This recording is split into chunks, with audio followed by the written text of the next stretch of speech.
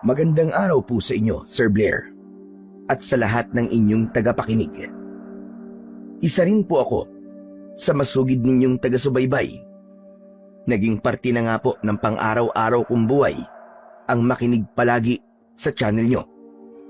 Sa madaling salita, hindi po kumpleto ang araw ko kapag hindi ko po napapakinggan ang boses ninyo at ang magaganda ninyong kwento.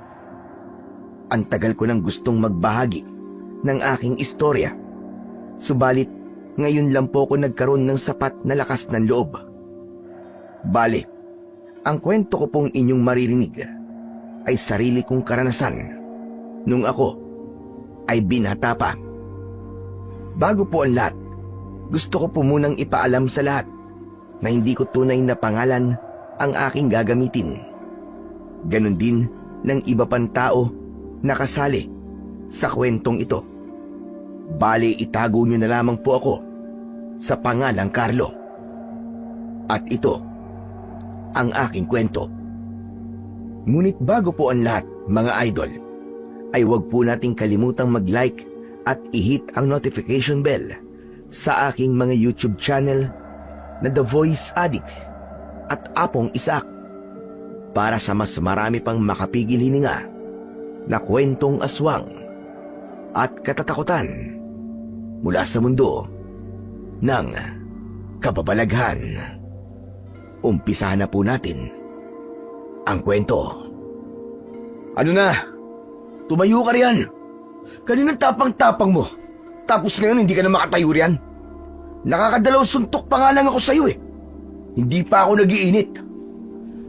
Para akong nag-aalborotong bulkan habang binibitiwan ang mga salitang yon. Kulang na lang ay sumabog na ako dahil sa tindi ng nararamdaman kong galit. Tahimik akong umiinom kanina sa loob ng isang resto bar nang bigla ba naman akong lapitan ng 3 lalaki at isa sa mga ito ang kumuha sa iniinom kong alak at ibinuhos sa akin.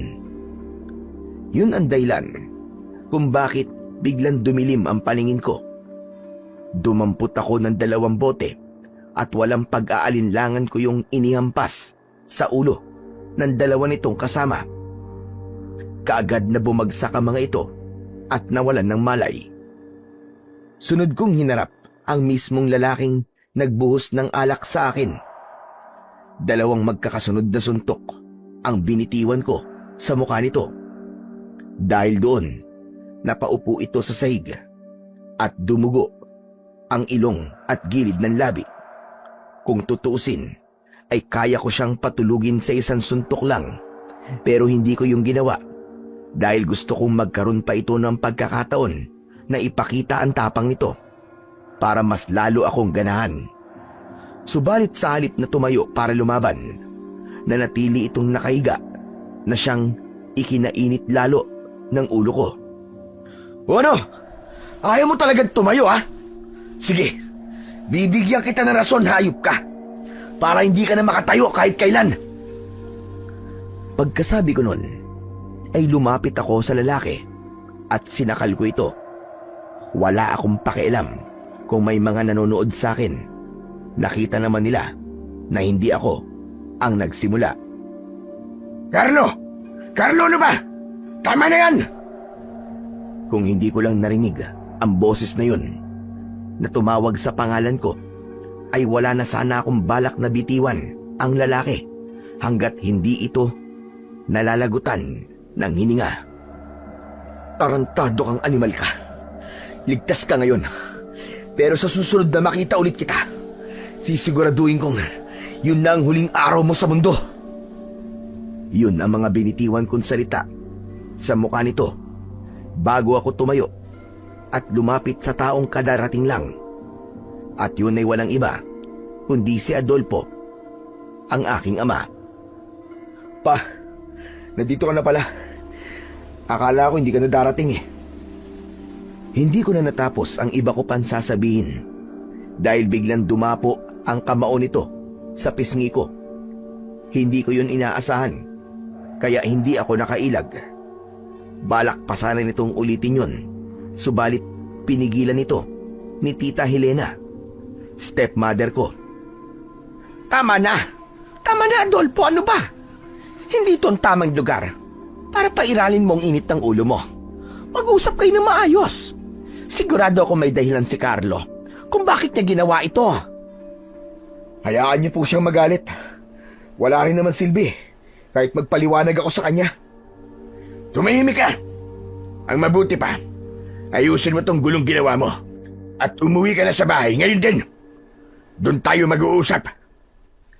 Yun ang mga katagang iniwanan nito bago naglakad palabas sa lugar na yon.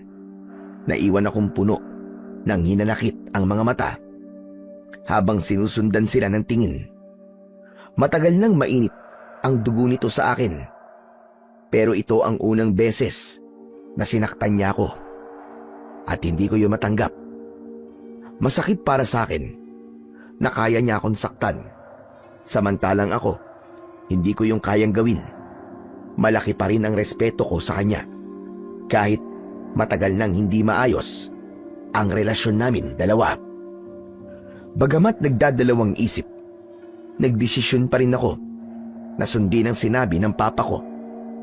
Bago ako umalis sa lugar na yon, ay nag-iwan muna ako ng sapat na halaga bilang kabayaran sa perwisyong naidulot ko. Mula roon, nagmaneho ako ng mahigit kumulang 15 minutos bago narating ang tapat ng bahay namin. Pagbaba ko sa sasakyan ay bigla akong binalot ng lungkot habang nakatingin sa pintuan. Noong panahong buhay pa si Mama, kapag alam niyang dumating na ako, ay kagad siyang tatakbo palabas at sasalubungin ako ng yakap. Isa sa dahilan kung bakit mas pinili kong umalis sa bahay na yon ay dahil gusto kong takasan ang lungkot na nararamdaman ko. Kahit saan sulok kasi ako tumingin, siya ang naaalala ko. 5 taon na ang nakalipas simula nang mawala siya, subalit nandito pa rin sa dibdib ko ang sakit.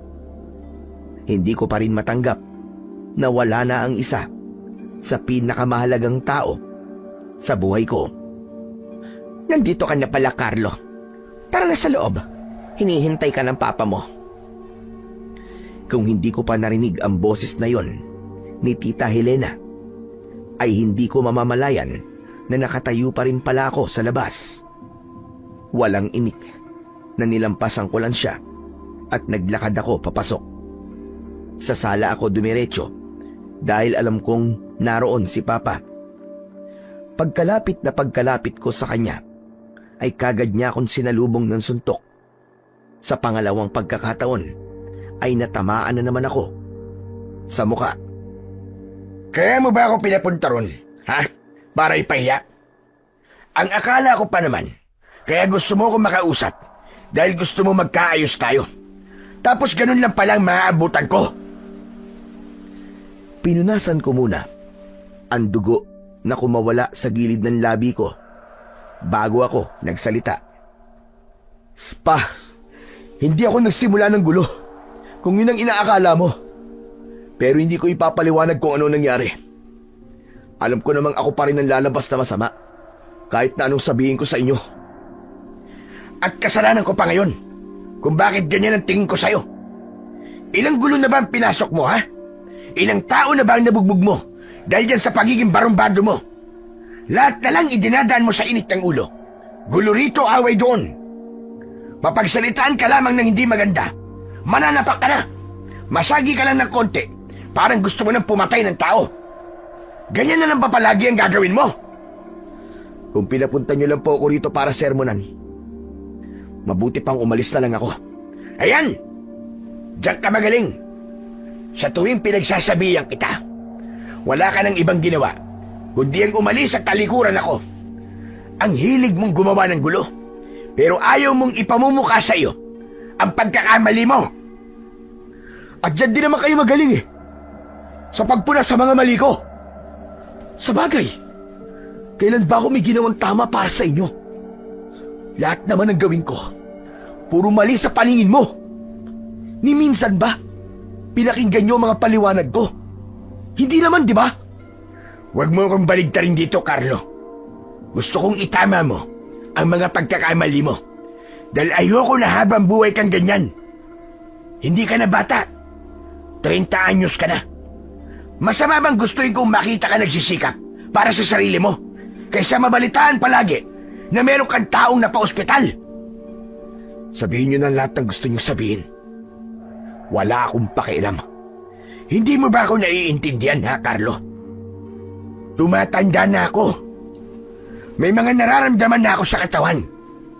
Minsan nga gusto ko na lang matulog maghapon.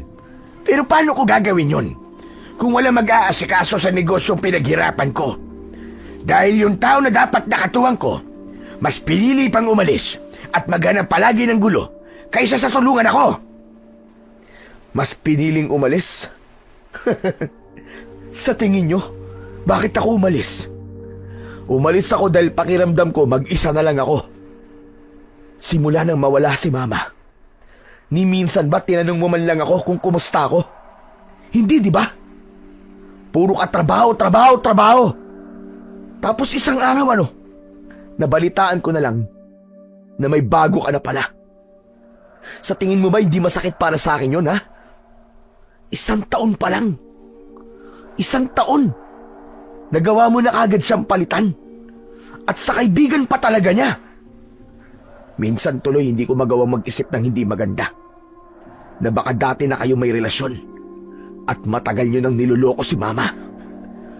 Isa na namang malakas na suntok ang nagpatumba sa akin. Tumama yun sa kanan kong pisngi. Wag mo akong pagsasalita ng ganyan, ha? Dahil hindi mo alam ang mga pinagdaanan ko nung nawala ang mama mo.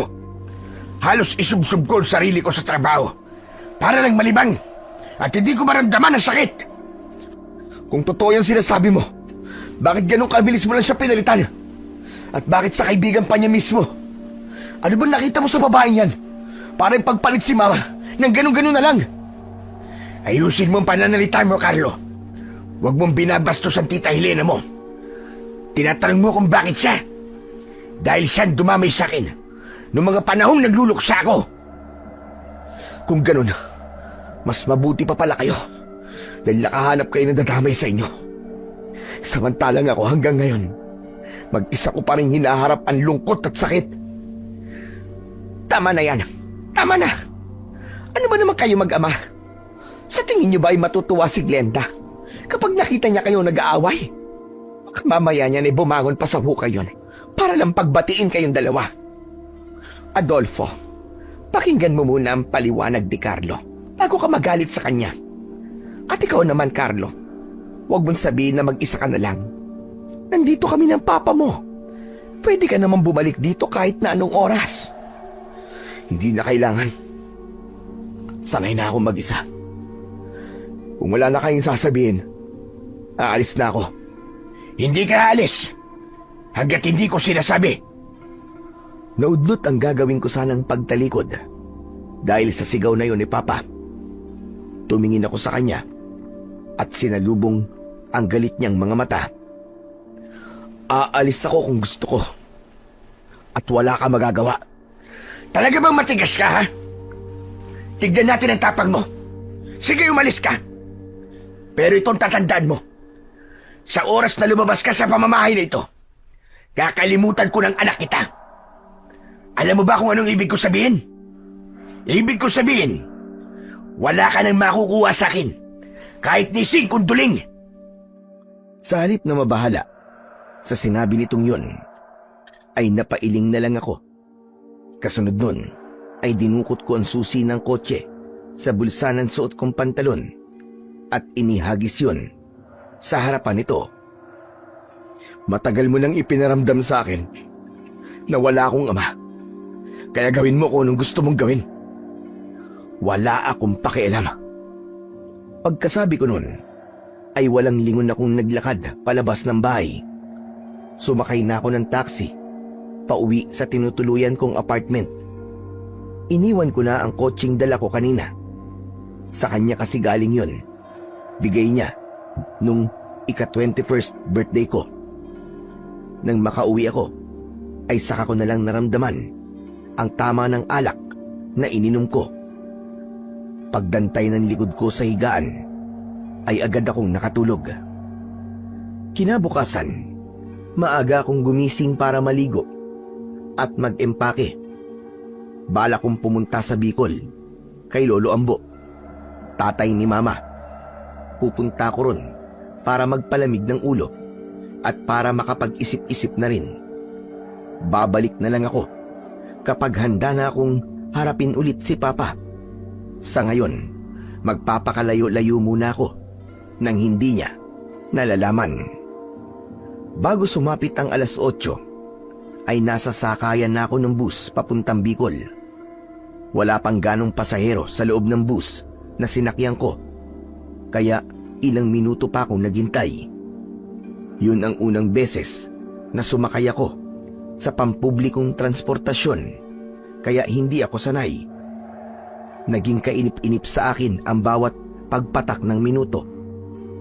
Nang hindi makatiis, ay tinawag ko ang konduktor at tinanong kung pwedeng bayaran ko na lang ang mga bakanting upuan para makaalis na kami.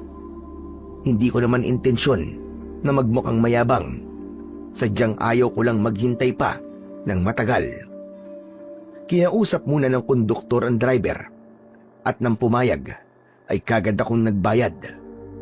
Makalipas ang ilang segundo ay nagsimula na kaming umusad. Alam kong aabutin ng ilang oras ang biyahe, kaya naman nagdesisyon akong umidlip na muna. Dahil may hangover pa, kaagad akong hinila ng antok. Hindi ko alam kung ilang oras akong nakatulog. Basta nagising na lang ako dahil naramdaman kong bigla kaming huminto. Ilang sandali pa, 2 holdapper ang nakita kong pumasok. Parehong may hawak na patalim ang mga ito. Napailing na lang ako dahil sa isiping mukhang mapapasabak na naman ako.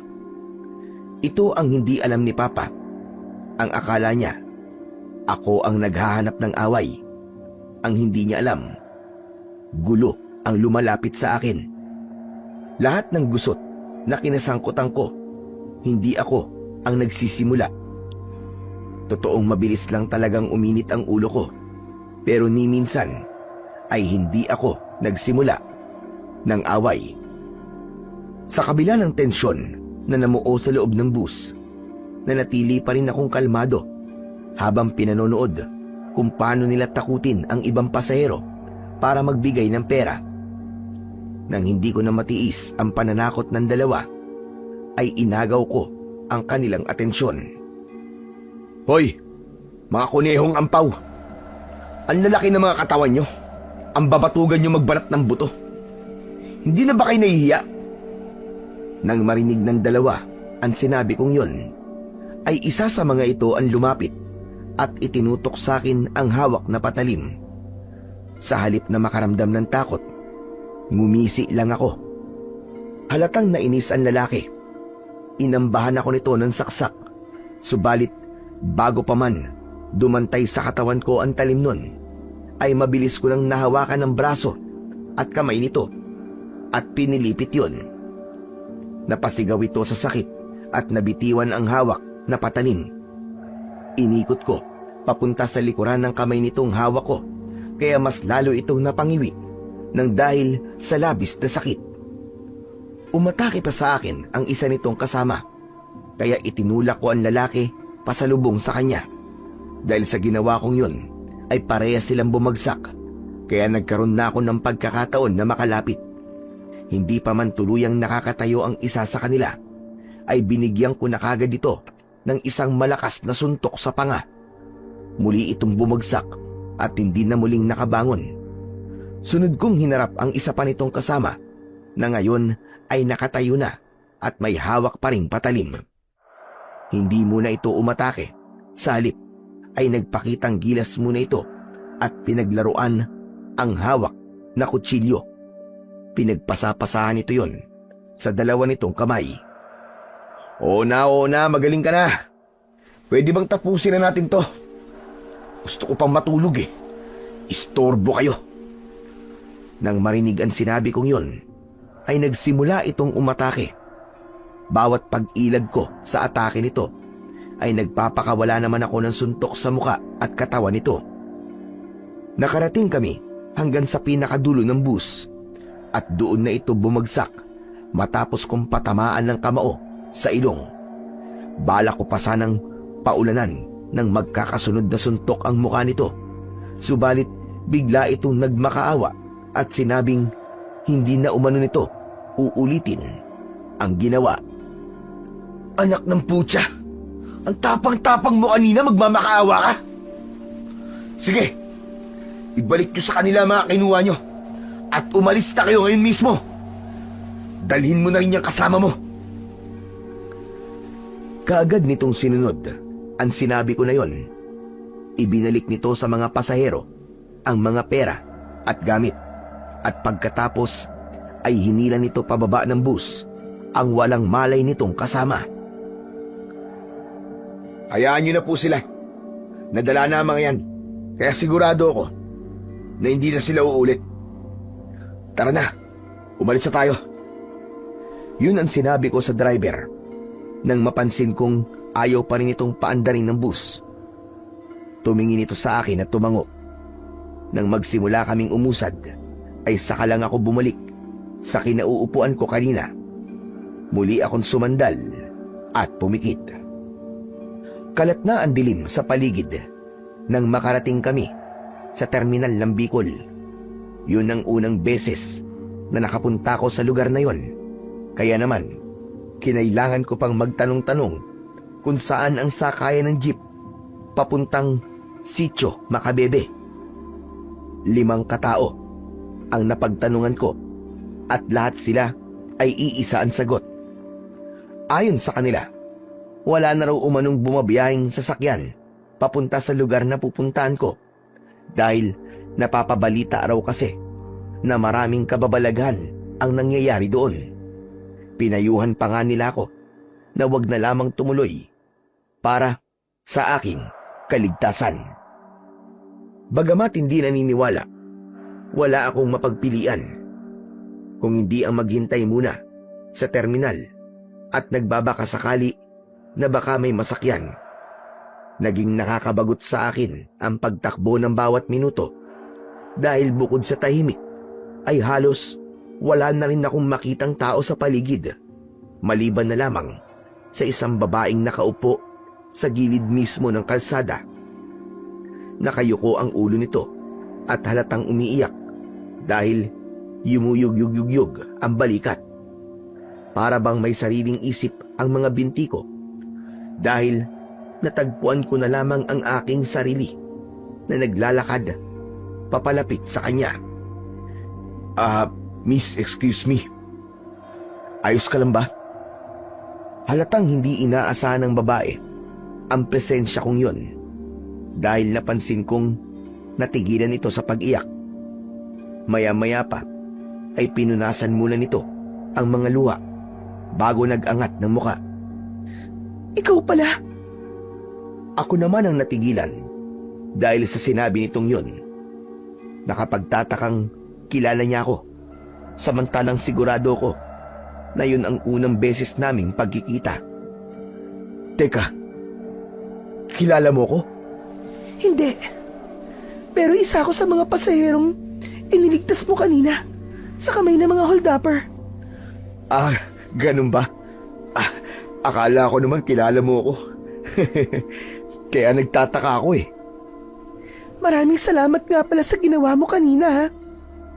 Naibalik ang mga ninakaw sa amin dahil sa'yo. Ang akala ko talaga ay matatangay na nila ang sahod kong 1 taon kong pinagpaguran. Buti na lang at hindi yun nangyari. Kaya salamat talaga sa'yo. Kung sino ka man. Wala yun. Maliit na bagay. Kahit sino naman siguro, gagawin din ang ginawa ko eh. Yung ginawa mo sa kanila kanina, kung tutusin, kulang pa nga yun eh. Kung naging lalaki lang ako, nako, bugbog sarado talaga sa akin ang mga batugan na yun. Baka dila lang nilang walang latay. Kaya, pasalamat talaga sila at naging babae ako. Nang mga sandaling yon, hindi ko alam kung maaawa pa rin ako sa babae o matatawa. Hindi ko kasi inaasahan na madaldal pala ito. Ah, mabuti na lang pala at naging babae ka, no? Dahil kung hindi, baka mamaya niyan mas basagulero ka pa sa akin. Teka, ibig mo sabihin basagulero ka? Ah, hindi. Pero, lapitin kasi ako ng gulo. Kaya yun, madalas ako mapasabak. Ibig sabihin, sanay na sanay ka pala sa mga bakbakan. Kaya palang galing makipaglaban kanina. Ah, hindi naman. Medyo marunong lang. Ah, siya nga pala. Bakit ka ba umiiyak? Biglang naglaho ang masayang aura ng babae matapos nitong marinig ang tanong ko. Pasensya ka na, miss, kung natanong ko, ha. Baka iniisip mo masyado akong feeling close sa'yo, ha. Okay lang, kalimutan mo na lang yun. Huwag mo na lang sagutin. Nag-aalala kasi ako sa nanay ko. Pagkasabi nito nun, ay muli na naman itong humikbi. Ah, miss, pwede ko bang malaman kung ano nangyari sa kanya? Hindi ko alam eh. 3 buwan na kaming walang komunikasyon. Hindi ko alam kung bakit bigla na lang niyang hindi sinasagot ang mga tawag at text ko. Wala ba siyang nabanggit sa'yo na kahit na ano, bago siya hindi nagparamdam? Wala eh. Kaya nga sobra na ako nag-aalala sa kanya. Malapit lang ba rito ang bahay niyo? Gusto mo ba na samahan kita? Gabi na eh. Baka mamaya niyan, may makasalubong kang siraulo sa daan. Yan nga ang isa ko pang problema. Wala akong masakyan papunta sa amin. Sinasabi nila na wala na raw bumabiyahing sasakyan papuntang Sitio Macabebe. Ha? Sitio Macabebe baka mo? Aba, dun rin ako papunta eh. Oo, taga dun ako. Teka, ang mo sabihin na dun ka rin pupunta. Ganun na nga. Kaso sabi nga sa akin ng mga napagtanungan ko, wala na raw bumabiyahing sasakyan papunta ron. Sigurado ka ba dun ka pupunta? Doon ako ipinanganak at lumaki. Halos lahat ng tao ron ay kilala ko. Pero ikaw, ngayon lang kita nakita. Kasi hindi naman ako taga ron. Dadalawin ko lang ang lolo ko. Baka kilala mo siya. Ambo ang pangalan niya. May kilala akong Ambo ang pangalan. Pero hindi ako sigurado kung pareho tayo ng Ambo na tinutukoy. Sa bagay, baka nga magkapangalan lang. Pero teka, miss, hindi ba taga ron ka? Dati pa ba na wala talagang bumabiyahing sasakyan papunta sa inyo? Hindi ah. May mga tricycle at jeep na dati nang bumabiyahe papunta ron. Kaya nga, madali lang sa amin dati magpabalik-balik dito sa bayan. Hindi ko alam kung kailan pa nagkaganito. Mas lalo tuloy akong kinakabahan para kay nanay. Teka. Malayo ba ang Sitio Macabebe mula rito? Medyo may kalayuan din. Dead end na kasi ang lugar namin. Umaabot ng mahigit 1 oras ang biyahe sa jeep. Kung maglalakad tayo, sa tingin mo, gaano katagal tayo bago makarating doon? Ha? Maglalakad? Sigurado ka ba? May 2 tayong pagpipilian. Una, manatili rito at maghintay sa wala. Pangalawa, maglakad ng malayo pero tiyak naman na makakarating tayo. Gusto mo makita ang nanay mo, di ba? Ngayon na ba? Oo, pero pwede rin namang mamayang madaling araw. Ikaw, kung anong gusto mo. Ngayon na? Anong oras na ba? 9:00? Mga 12:00 siguro. Nandun na tayo. Kung ganun, tara na. Akin na ang bag mo. Ako na magdadala niyan. Wag na. Nakakahiya naman sa'yo. Ayos lang. Ikaw na rin ang nagsabi na malayo ang pupuntahan natin. Baka mapagod ka, lalo na kung may bitbit kang mabigat. O sige, sabi mo eh. Tara na. Ayos. Saan ba tayo? Itinuro ng babae ang isang kalsadang paliko na nasa hindi kalayuan. Kasunod nun ay nagpatiuna na itong maglakad. Ako naman ay tahimik lang na sumunod sa kanya. Makalipas ang mahigit kalahating oras na paglalakad, ay niyaya ko muna siyang magpahinga saglit. Rinig ko kasi na hinihingal na siya. Teka. Pahinga muna tayo kahit 5 minuto lang. Nakakapagod maglakad eh. Lubak-lubak kasi ang daan. Oo nga eh. Ano, ayos ka lang ba? Oo naman. Ikaw nga ang hindi mukhang okay. Hingal na hingal ka na eh. Kaya mo pa ba? Magsisinungaling ako kung sasabihin kong hindi ako hinihingal sa pagod. Pero nandito na tayo eh. Malayo-layo na rin ang nilakad natin. Alangan namang umatras pa ako. Kung hindi mo na talaga kaya, sabihin mo lang. Bubuhati na lang kita. Natawa ang babae dahil sa sinabi kong yun. Nagbibiro ka ba? May dala ka na nga 2 bag tapos bubuhatin mo pa ako. Baka naman ikaw ang sumuko niyan. Bakit? Mukha ba ako nagbibiro? Naglaho ang ngiti nito nang makitang seryoso ko.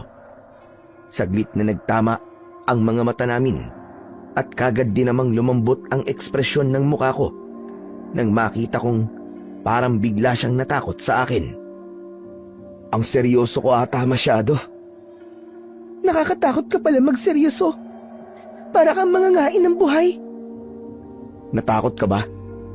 Pasensya na ha. Medyo lang naman. Pasensya na ulit ha. Hindi ko intensyon na takutin ka. Ayos lang yun. O siya, tara na. Malayo pa lalakarin natin. Wala pa tayo sa kalahati. Pagkatapos niyang sabihin yun, ay nauna na ulit itong maglakad. Ako naman ay binuhat ko muna ang 2 bag na ibinaba ko kanina bago ako sumunod sa kanya. Dahil nakakabingi ang katahimikang namamayani sa amin, kaya naisipan kong magtanong sa kanya.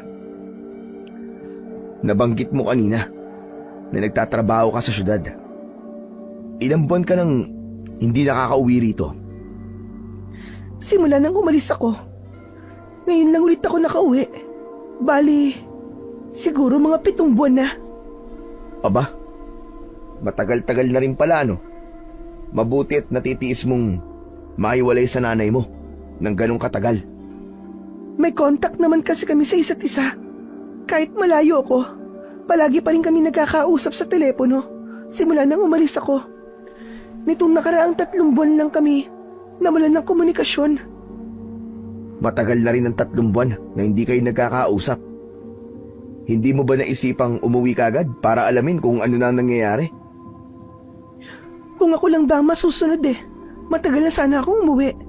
Ang kaso, kailangan ko pa maghintay na makahanap sila ng ipapalit sa akin bago ako pinayagan. Matanong ko lang, ano ba ang trabaho mo sa syudad? Caregiver ako. Isang matandang na stroke ang inaalagaan ko. Buti at kinaya mo. Hindi madaling trabaho ang ganyan. Mahirap mag-alaga ng bata, pero mas mahirap mag-alaga ng matanda. Wala namang madaling trabaho at isa pa, kailangan ng pera, kaya kailangan magtiyaga. Kung hindi nga lang ito nangyari, wala pa sana akong balak umuwi.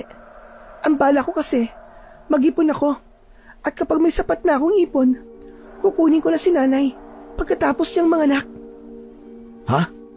Buntis siya? Oo, sa pangalawang lalaki. Matagal na kasing patay ang tatay ko. 15 anyos pa lang ako nang mamatay siya. Nitong nakaraang taon lang, may nakilala si nanay, taga-bayan. Pero binuntis lang siya at iniwan pagkatapos. Kaya yon, may naiwang malaking responsibilidad sa amin. Kaya ka umalis at nagtrabaho, ganun ba? Ganun na nga, tama ka. May malaking responsibilidad kaming kakaharapin, kaya kailangan ko maghanap ng pera. Kailangan kumayod. Hindi ko naman pwedeng pabayaan na lang si nanay.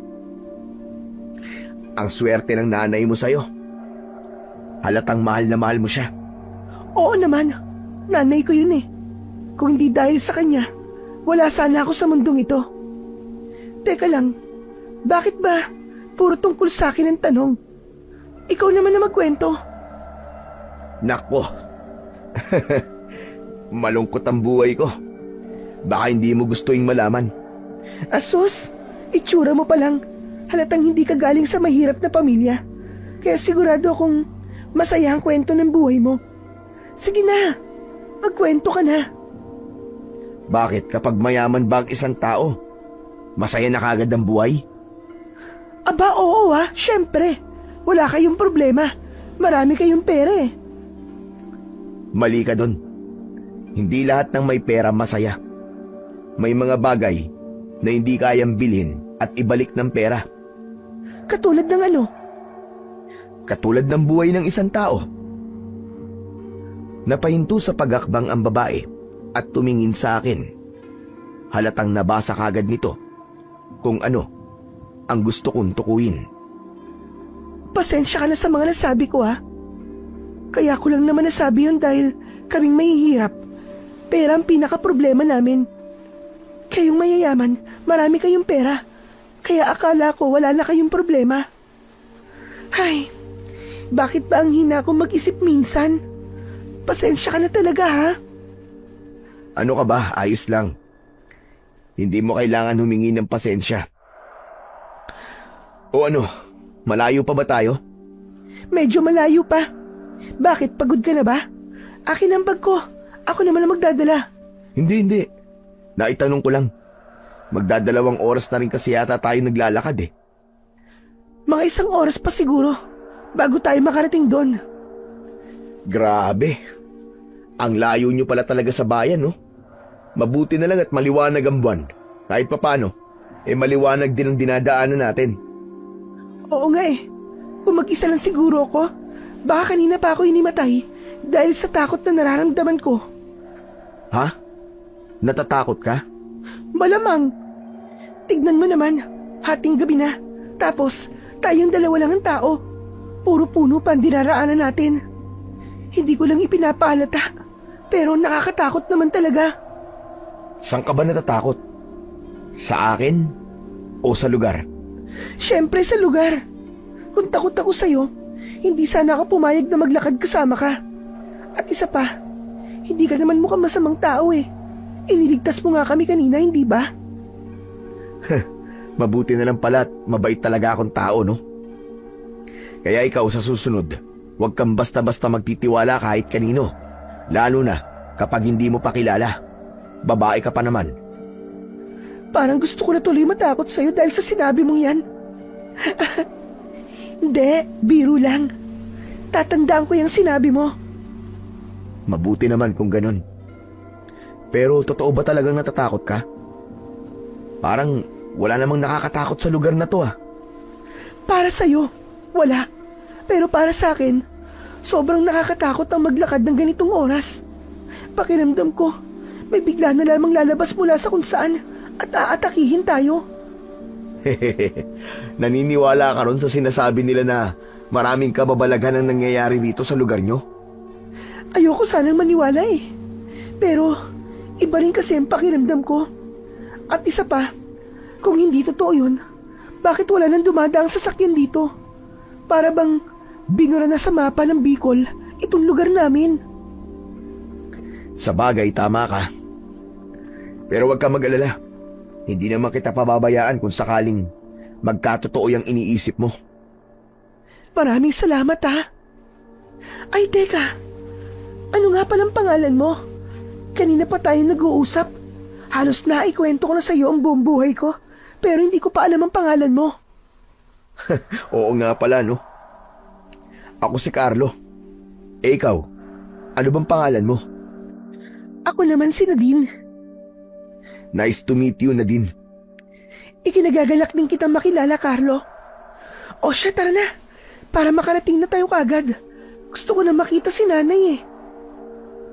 Nang muli kaming magpatuloy sa paglalakad, ay namayani na naman ang nakakabinging katahimikan sa pagitan naming dalawa. Alulong ng aso mula sa hindi kalayuan ang sumunod na bumasag sa tahimik na paligid. Nakakatakot naman ang alulong na yun. Alulong lang ng aso yun. Teka, nandito na ba tayo? Oo, paglampas natin ng sementeryo. Yun na yun. Napalingon ako sa paligid matapos kong marinig ang sinabi niya na yon. Doon ko lang napansin na may mga puntod nga sa kanang bahagi ng daan. Nagpatuloy kami sa paglalakad at makalipas ang ilang sandali ay nakarating na kami sa aming destinasyon. Alam mo ba kung saan ang bahay na pupuntahan mo? Kung hindi, sa amin ka na muna tumuloy. Bukas ka na ng umaga magtanong-tanong. Sasamahan kita. Mas maganda nga siguro kung bukas na lang ng umaga, no? Hating gabi na eh. Nakakaya naman kung manggigising pa ako para lang magtanong-tanong. Yun na nga eh. Kaya sa bahay ka na muna magpalipas ng gabi. O sige. Salamat. Naglakad ulit kami ng mga 3 minuto bago kami huminto sa tapat ng isang bahay na yari sa pawid. Sunod-sunod na kumatok si Nadine. Subalit nang walang sumagot mula sa loob, ay kusa na nitong binuksan ang pinto. Madilim sa loob nang pumasok kami at halos wala kaming maaninag. Nay? Nay, ako to. Nasaan ka? Wala yatang tao na din. Sigurado ka bang bahay niyo to? Oo naman, dito ako lumaki. Kabisado ko ang bawat sulok nito kahit madilim. Hindi ko alam kung bakit wala si nanay. Sandali lang magsisindi lang ako ng lampara. Saglit na umalis sa tabi ko ang babae. Bagamat madilim at walang maaninag, naramdaman ko pa rin na sa kanang bahagi ng bahay ito naglakad dahil sa langit-ngit ng papag sa saig. Maya-maya pa ay may suminding lampara sa gawing yon. Pasensya ka na kung ito lang ang ilaw namin. Walang problema. Kahit madilim ayos lang sa akin. Baka kasi mamaya, hindi ka sanay dahil hindi ka naman taga rito. Hindi ako sanay, oo. Pero hindi naman ako maarting tao eh. Hindi na muling umimik ang babae. Sa halip, isinabit nito sa dingding ang hawak na lampara. Lumiwanag ang buong bahay dahil doon. Habang inililibot ang tingin sa paligid, napukaw ang atensyon ko sa kung anong bagay na nakasabit sa may bintana. Nilapitan ko yun at nang hawakan ko, ay doon ko lang nalaman kung ano yun. Bawang at asin? Teka, para saan ang mga to?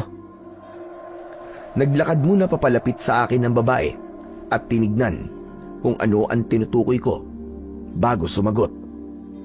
Hindi ko rin alam eh. Wala pa naman ito rito nung umalis ako. Magsasalita pa sana ako, subalit naudlot yun. Dahil may narinig kaming sigaw mula sa labas. Nagkatinginan kaming dalawa at pagkatapos ay sabay kaming lumabas ng bahay. Naulit ang nangyaring pagsigaw at doon ko nalaman na galing yun sa pang-4 na bahay mula sa bahay ni Nadine. Teka, tignan mo. Tao ba yung nasa bubong? Itinuro nito ang isang bulto na nasa ibabaw ng bubong ng nasabing bahay. Sinipat ko yung mabuti at sa tulong ng liwanag ng buwan ay natiyak ko na katawan nga ng tao ang nakikita namin. Nakadipa yun sa itaas ng bubong at tila may kung anong sinisilip sa loob ng bahay. Dahil sa patuloy pa rin na pagsigaw ng babaeng nasa loob ng bahay, kaya nagdesisyon na akong kumilos. Pumasok ka na muna sa loob ng bahay. Huwag kang susunod sa akin. Doon mo na ako hintayin. Yun ang mga katagang binitiwan ko kay Nadine bago ko siya iniwan. Naglakad ako papalapit sa pang-4 na bahay at nang ilang hakbang na lang ako, ay doon na ako sumigaw para kunin ang atensyon ng taong nasa itaas ng bubong. Hoy! Humag! Anong ginagawa mo riyan, ha? Nagtagumpay naman ako sa gusto kong mangyari. Subalit hindi ko inaasahan ang itsura nito nang tumingin sa akin. Katawan ng tao, pero mapupula ang mga mata nito. May matutulis na mga ngipin at mahaba ang dila. Tumayo ito at iniisang talon ang pagitan naming dalawa. Higit pa palang nakakatakot ang itsura nito sa malapitan dahil parang balat ng unggoy ang balat nito dahil mabalahibo. Bukod doon, matutulis at mahahaba ang mga kuko nito sa kamay at paa. Nang mga sandaling yun, pakiramdam ko ay tinakasan ako ng katapangan sa katawan dahil sa unang pagkakataon ay nakaramdam ako ng kaba at hindi makapag-isip ng maayos kung ano ang dapat kong gawin. Mas lalo akong nabahala nang mula sa kung saan ay may dalawa pang kapareho nito na sumulpot. Baka sa kanilang mga itsura ang pagkasabik na lantakan ako. Nang magsimula silang lumapit ay dahan-dahan ako napaatras. Nag-iisip kung sa paanong paraan makakatakas. Kahit tumakbo ako, hindi ako makakalayo. Nagpatuloy ako sa pag-atras hanggang sa makarating ako sa tapat ng bahay ni Nadine. Bumukas ang pinto at lumabas ang dalaga. May bitbit itong isang garapon. Lumapit siya sa akin at isinaboy sa 3 nilalang ang laman ng garapon na hawak nito. Nakita ko kung paanong para silang napapaso matapos matamaan ng asin. Bawat parte ng katawan nila ay biglang umuusok kapag natatamaan. Tara na! Pumasok ka na dito, dali! Pagkasabi nun, ay hinawakan niya ako sa kamay at hinila papasok sa bahay. Pambihira! Anong mga nilalang ngayon? Hindi ko rin alam. Ngayon lang ako nakakita ng gano'n. Pero, paano mo nalaman? Natakot sila sa asin. Dahil dito, malamang dahil sa kanila, kaya nagsabit ng ganito si nanay para pangontra. Ang tinutukoy ni Nadine ay ang asin at bawang na nakasabit sa may pintuan. Katulad ng nakita ko kanina sa may bintana. Magsasalita pa sana ako, subalit naudlot yon dahil may sunod-sunod na bumagsak sa bubong. Kasunod nun, matutulis na mga kuko ang nakita naming tumagos doon at pilit na sinisira ang pawid. Halata sa kilos ng mga ito ang pagiging agresibo na sirain ang bubungan para makapasok. Mukhang hindi sila aalis. Anong gagawin natin? Nakapagtataka. Kanina, halos ayaw nila akong atakihin. Pero matapos mo silang sabuyan ng asin, bigla silang naging agresibo. Hindi ko alam kung tama ang hinala ko. Pero sa tingin ko, hinintay lang nila na tayo ang unang umatake. Ano nang gagawin natin? Wala na kaming asin. Ubus na. Hindi asin ang kailangan natin. May armas ka ba rito? Armas? Kutsilyo lang ang meron dito eh. Pwede na yan, akin na. Teka lang, kukunin ko. Natatarantang umalis ang dalaga at nang bumalik ito ay may dala ng kutsilyo. Kaagad ko naman yung kinuha. Maghanap ka na mapagtataguan mo. Huwag kang lalabas hanggat hindi ko sinasabi ha. Pero paano ka? Baka hindi mo sila kayanin. Kung mamamatay lang din ako ngayong gabi, mas gusto kong mamatay na lumalaban. Sige na, magtago ka na. Malapit na silang makapasok. Bilisan mo. Nang umalis na si Nadine para magtago, ay isa-isa kong kinuha ang mga bawang at asin na nakasabit. Nilapitan ko rin ang lamparang nakasindi at pinatay yun. Pumuesto ko sa isang sulok at hinintay silang makapasok. Nang magtagumpay silang matuklap ang bubong ng bahay, ay biglang nagkaroon ng liwanag sa loob dahil pumasok naman ang sinag ng maliwanag na buwan. Sabay-sabay tumalon papasok ang 3 halimaw at nang makita ko ay kagad kong inihagis sa kanila ang hawak kong bawang at asin. Pagkatapos nun ay tumakbo ako papunta sa madilim na parte ng bahay at doon ko sila hinarap. Hindi ako umatake. Hinintay ko lang kung sino ang lalapit. Tsaka ko iwinasiwas ang hawak kong patalim. Isa sa mga ito ang nagtagumpay na masunggaban ako sa kaliwang braso ko, kaya napangiwi ako sa sakit. Para makawala, binitiwan ko ang hawak kong patalim at sinalo ko yun gamit ang isa kong kamay. Nang mahawakan ang armas, ay wala akong inaksayang sandali. Kaagad ko yung itinarak sa leeg nito. Makalipas ang ilang segundo, ay bumagsak na kagad ito sa saig. Matapos makita ang nangyari sa kanilang kasama, ay mas lalong naging agresibo ang dalawa pang natitirang halimaw. Sabay na umatake ang mga ito sa akin. Nasunggaban ako ng isa sa leeg na siyang ikinatumba ko. Gayunpaman, hindi pa rin ako nagpatinag. Pinagsasasaksak ko ito sa tagiliran. Nang tangkain itong lumayo, ay iniyakap ko rito ang braso kong sugatan.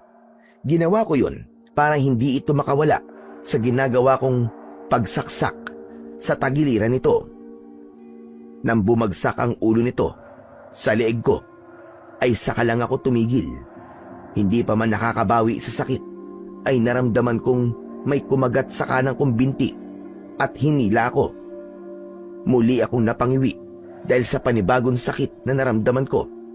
Ang ginawa ko, pilit kong iniangat ang kalahati ng katawan ko, at nang saktong abot na ng kamay ko ang halimaw, ay paulit-ulit ko itong sinaksak sa likod hanggang sa manghina at bumagsak. Nang matiyak kong wala na itong buhay, ay saka ko lang ibinagsak ang likod ko sa saig at pumikit. Carlo! Carlo! Pagamat narinig ko ang sigaw na yon ni Nadine, ay nanatili akong nakapikit. Kahit nang maramdaman kong nilapitan niya ako, ay hindi pa rin ako dumilat. Carlo! Hoy, Carlo! Carlo, gumising ka! Niyugyug niya ako sa balikat at tinapik-tapik sa pisngi.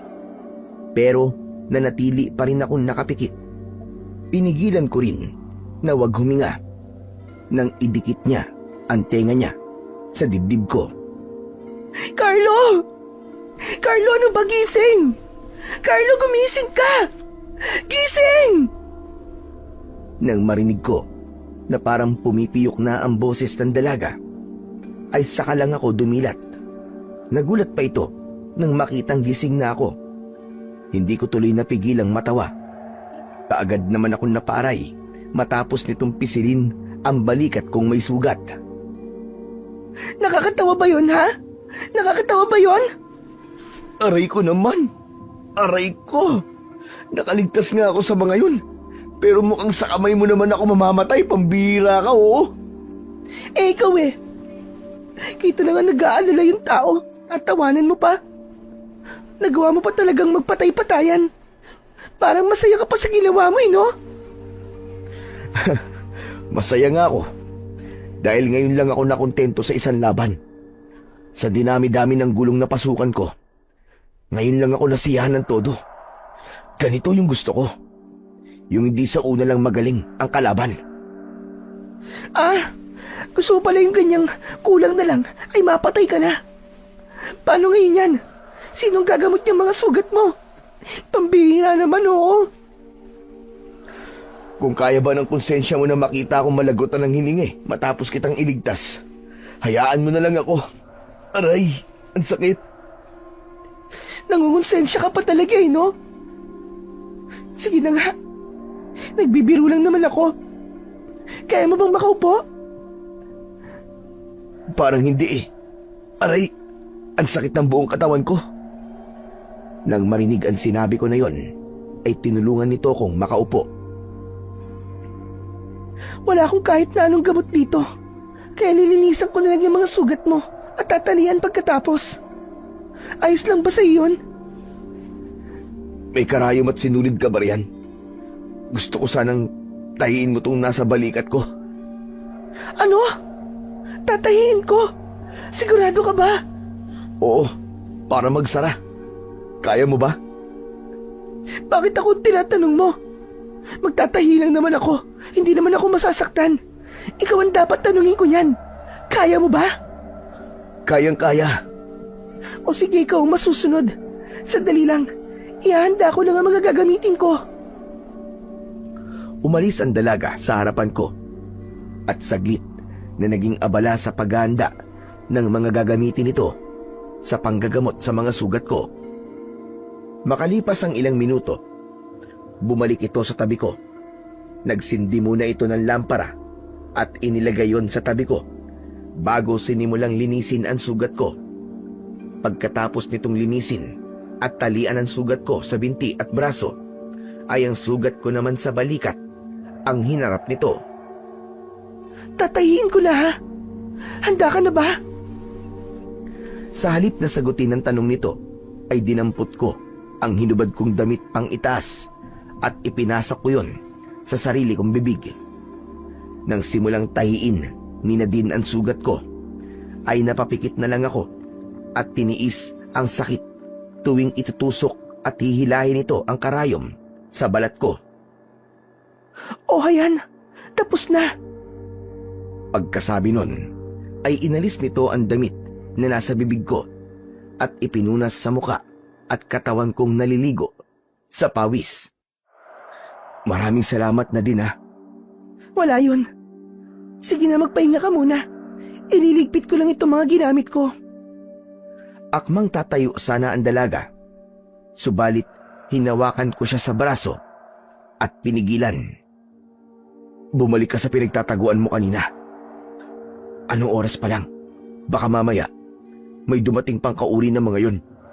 Sa kalagayan ko, baka hindi ko na kayaning lumaban. Mabuti nang ako na lang ang makita nila kung sakali. Hindi ako magtatago. Kung may dumating man, ako naman ang haharap sa kanila. Kung mamamatay, di mamatay. Ang mahalaga, lumaban ako. Kapag may nangyaring masama sa'yo, paano na ang nanay mo? Paano na sila na magiging kapatid mo? Sige na, wag na matigas ang ulo. Magtago ka na. Pero paano ka? Wag mo akong isipin. Isipin mo ang sarili mo. Sige na, ayos lang ako. Sigurado ka ba? Oo nga, sige na. Iwan mo na ako rito. Gagawin ko ang gusto mo. Pero hindi ko may papangako na wala akong gagawin kung sakaling makita kitang nasa panganib. Yun ang mga katagang binitiwan ng dalaga bago umalis para magtago. Nang mapag-isa, ay napatingala na lang ako. Dahil tuklap ang kalahati ng bubong ng bahay, kitang-kita ko ang maliwanag at mabituing langit. Sa kabila ng sakit na nararamdaman ko, ay hindi ko maiwasang mapangiti matapos gumuhit sa isip ko ang nakangiting muka ng isang tao. Makalipas ang ilang saglit, ay naramdaman kong bumigat ang mga talukap sa mata ko hanggang sa tuluyan na yung nagsara. Nang magising ako, ay nasa loob na ako ng isang kwarto.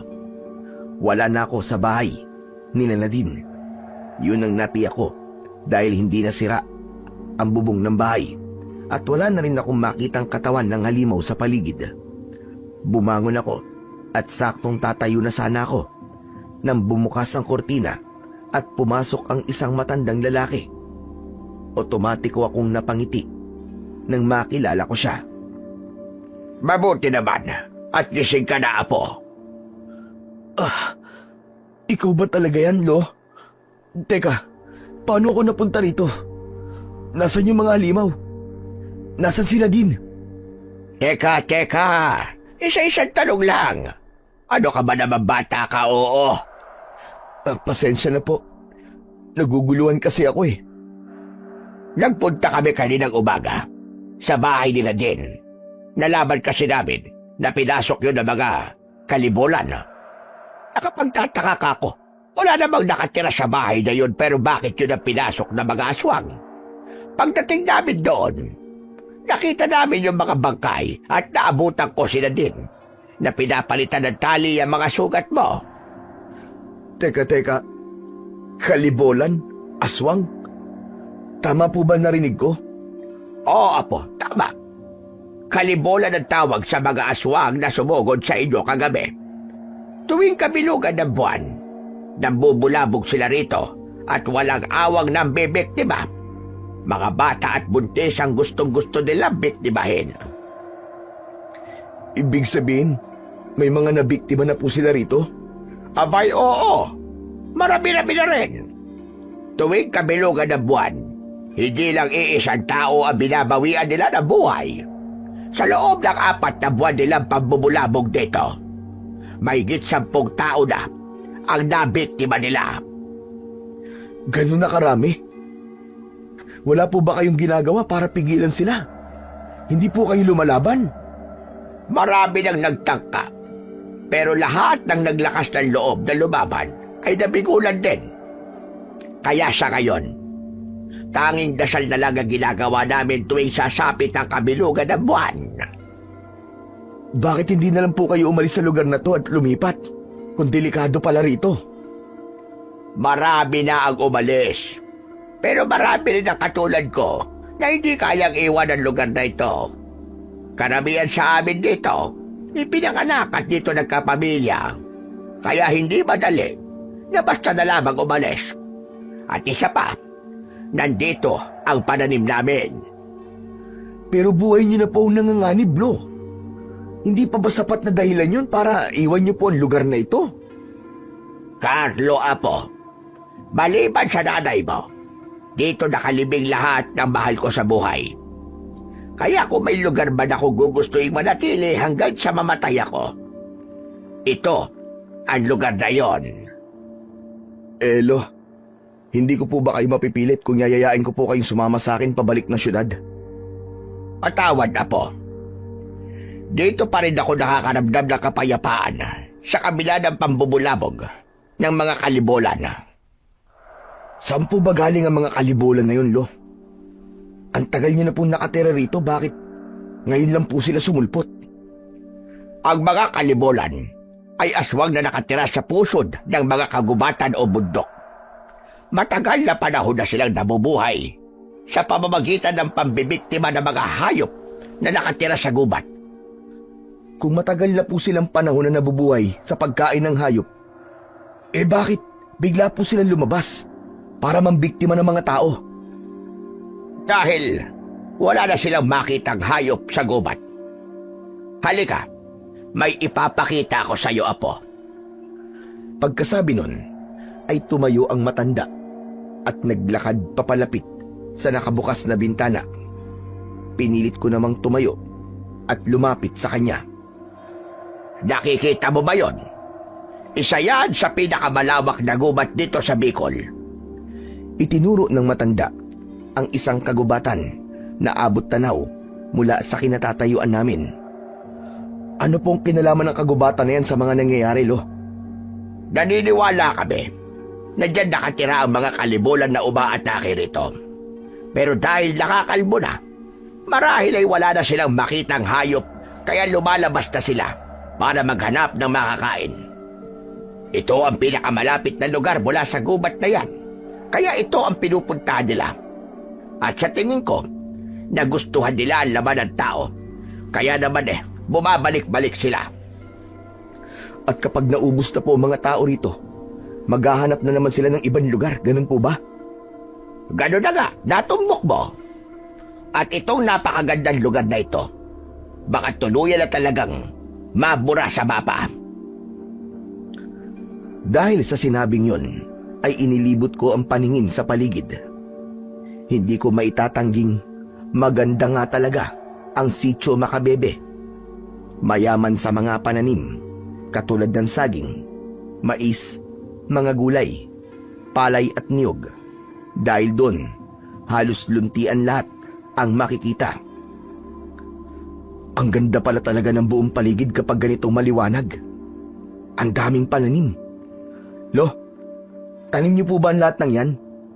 Lahat ng mga pananim na nakikita ng mga mata mo ay pag-aari ng mga tao rito sa Sitio Macabebe. Yan ang hanap buhay ng mga tao rito.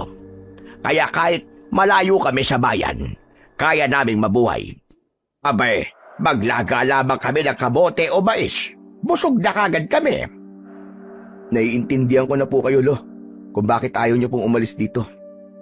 Hindi po hamak na mas maganda rito kesa sa Maynila. Marami pong puno rito, kaya hindi masyadong mainit. At dahil malayo kayo sa bayan, sariwa at presko ang hangin. Hindi po katulad sa syudad na puro polusyon. Sinabi mo pa, Apo. Kung hindi nga lang sumulpot ang mga kalibolan, aba, hanggang ngayon sana, sa amin pa rin nag-aangkat ng gulay ang mga tagabayan. Simula kasi nang mabalitaan nila na may mga kababalaghang nangyayari dito sa amin, marami na ang natakot na magpunta rito. Yun na nga po ang dahilan kung bakit naglakad po kami ni Nadine mula bayan papunta rito. Wala kasi kami masakyan eh. Ay, oo nga pala no. Nasaan po pala si Nadine? Nakita na po ba niya ang nanay niya? Nasa sementeryo pa rin siya hanggang ngayon. Sementeryo? Bakit po? Ano pong ginagawa niya ron? Binuntahan niya ang puntod ng nanay niya. Kaninang mga bandang 2:00 ko pa siya hinatid doon. Hanggang ngayon wala pa rin siya. 3 oras na siya ron. Teka, ano po sinabi niyo? Nasa puntod po siya ng nanay niya. Patay na po ang nanay niya, Lo. Tama ka, Apo. Awang-awa nga ako sa bata na yung kanina. Naglupasay matapos malaman ang nangyari. Ngayon niya lang nalaman na 3 buwan nang wala ang nanay niya. Bago naman kasi malagutan ng hininga si Susan, nakiusap siya sa amin na wag daw naming ipaalam kay Nadine ang nangyari sa kanya para daw hindi umuwi. Ano po ba nangyari? Ano pong ikinamatay niya? Sa kasamaang palad, isa siya sa nabiktima ng mga kalibulan. Binutas ang tiyan niya at kinuha ang sanggol sa loob nun. At yun ang naging dahilan ng kanyang pagkamatay. Grabe. Umuwi si Nadine dahil 3 buwan nang hindi nagpaparamdam ang kanyang nanay. Sa terminal pa lang kagabi umiiyak na siya dahil sa sobrang pag-aalala. Kaya sigurado ako na sobra siyang nasaktan ngayon. Alam ko, Apo. Kaya nga sinabi niya kanina na gusto niya magpaiwan doon. Kaya yon, hinayaan ko na lang muna siya. Lo, pupuntahan ko po siya. Kailangan niya ng karamay. Kaya mo na maglakad. Sasamahan na kita. Hindi na po, Lo. Malapit lang naman, di ba? Madali ko naman sigurong makikita yun. O sige, ikaw ang bahala. Pagdahan-dahan ka lang at baka mapuwersa yung mga sugat mo. Sige, Holo. Salamat. Aalis lang po ako saglit. Lumabas ako ng bahay at tinahak ang daan papuntang sementeryo. May ilan akong nakasalubong na taga roon at tinatanguan ko sila bilang pagbati. Hindi pa man ako tuluyang nakakalapit sa sementeryo ay nakita ko na si Nadine. Nakaupo siya sa harapan ng isang puntod. Binilisan ko ang paglalakad at nang ilang hakbang na lang ang layo ko sa kanya ay narinig kong humihikbi siya. Nagpatuloy ako sa paglapit at huminto nang nasa tabi niya na ako. Nadine, nakikiramay ako. Nagpunas muna siya ng luha bago tumingin sa akin. Mabuti naman at nagising ka na. Kumusta na ang pakiramdam mo? Yung mga sugat mo, masakit pa ba? Ayos lang ako. Masakit ang mga sugat ko pero alam kong baliwala ito kumpara sa sakit na nararamdaman mo ngayon. Hindi ka dapat muna nagkikikilos eh. Baka dumugo yung mga sugat mo. Ang mabuti pa bumalik ka na ulit doon. Kailangan mo pa magpahinga. Kung itinataboy mo ako dahil ayaw mong makita ko na umiiyak ka, mas lalong hindi ako aalis. Nandito ako para damayan ka, Nadine. Nawalan na rin ako ng magulang, kaya alam ko kung ano ang pinagdaraanan mo ngayon. Kung kailangan mo na mapagbubuntungan ng sakit, nandito ako. Hindi umimik ang dalaga. Nanatili lang itong nakatitig sa puntod na nasa harapan nito. Makalipas ang ilang segundo, ay nagsimula itong humikbi hanggang sa tuluyang humagulgol. Umupo ako sa tabi niya at kinabig siya pasandal sa balikat ko. Halos kalahating minuto rin kaming nasa ganong posisyon bago siya lumayo sa akin at umayos ng upo. Salamat, Carlo. Nabasa tuloy ang damit mo. Walang problema. Ano, kumusta? Nabawasan na ba ang bigat sa dibdib mo? Oo, hindi na katulad kanina na para bang sasabog na ako. Salamat ulit ha. Walang anuman. Ano yan? Anong laman yan? Ang tinutukoy ko ay ang maliit na bag na nakaibabaw sa puntod ng nanay niya. Kinuha nito yon at binuksan.